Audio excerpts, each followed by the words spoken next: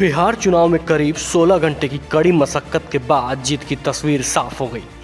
तेजस्वी यादव के साथ कड़े मुकाबले के बाद आखिरकार नीतीश कुमार की नैया पार हो ही गई और 125 सीटों के साथ बिहार में फिर एक बार एनडीए की सरकार बनने वाली है।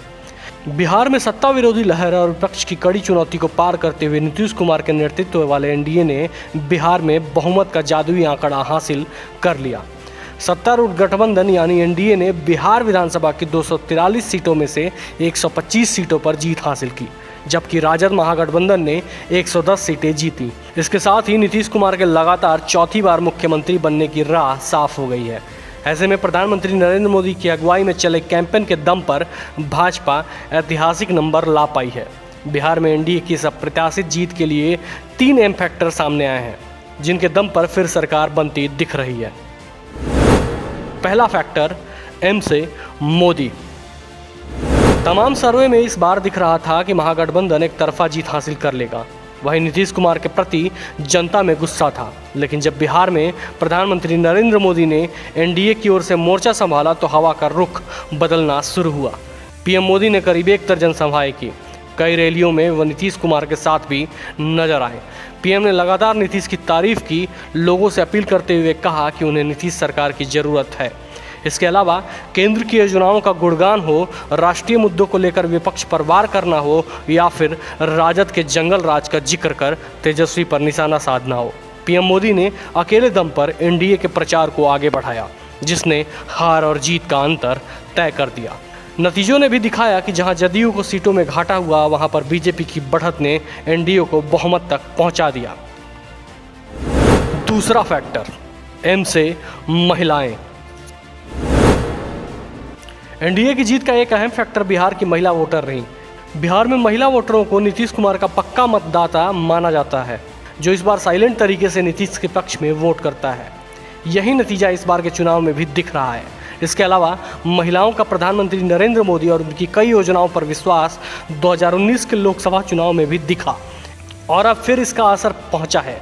केंद्र सरकार की उज्ज्वला योजना, शौचालय का निर्माण, पक्का घर, मुफ्त राशन, महिलाओं को आर्थिक मदद जैसी कई योजनाएं हैं जिनका सीधा लाभ महिलाओं को होता है। इसके अलावा राज्य सरकार द्वारा की गई शराबबंदी के पक्ष में भी बिहार की महिलाएं बड़ी संख्या में नजर आती हैं। ऐसे में फिर एक बार एनडीए की जीत में 50% आबादी निर्णायक भूमिका निभाते नजर आए हैं।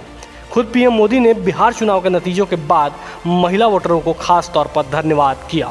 पीएम मोदी ने लिखा, बिहार की बहनों बेटियों ने इस बार का रिकॉर्ड संख्या में वोटिंग कर दिखा दिया है कि आत्मनिर्भर बिहार में उनकी भूमिका कितनी बड़ी है।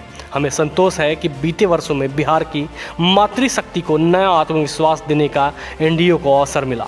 यह आत्मविश्वास बिहार को आगे बढ़ाने में हमें शक्ति देगा। तीसरा फैक्टर एम से मुस्लिम। बिहार में मुस्लिम मतदाता मुख्य रूप से राजद के साथ जुड़ता है और यही कारण है कि राजद का मुस्लिम प्लस यादव समीकरण निर्णायक माना जाता रहा है। राज्य में करीब 70% मुस्लिम वोटर हैं जो हार जीत का अंतर पैदा कर सकते हैं, लेकिन इस बार यही वोटर अलग अलग हिस्सों में बढ़ते हुए नजर आए, जिसका फ़ायदा एनडीए को हो गया। इस बार मुस्लिम मतदाताओं के सामने कई तरह के ऑप्शन थे। राजद की अगुवाई में महागठबंधन चुनाव लड़ रहा था, तो वहीं बिहार में एआईएमआईएम ने बड़ी जीत हासिल की। इसके अलावा बसपा जैसी पार्टियां भी अपने क्षेत्र में मुस्लिम वोटरों को लुभा पाईं। ओवैसी की एआईएमआई इस बार चुनाव में 5 सीटों पर जीत हासिल कर पाई, जिसे राजद का बड़ा वोट माना जा रहा है और इन्हीं सीटों ने महागठबंधन की जीत में रोड़ा अटका दिया। हालांकि इस बार जदयू को 2015 जैसी सफलता नहीं मिली है। जदयू को 2015 में मिली 71 सीटों की तुलना में इस बार 43 सीटें ही मिली हैं।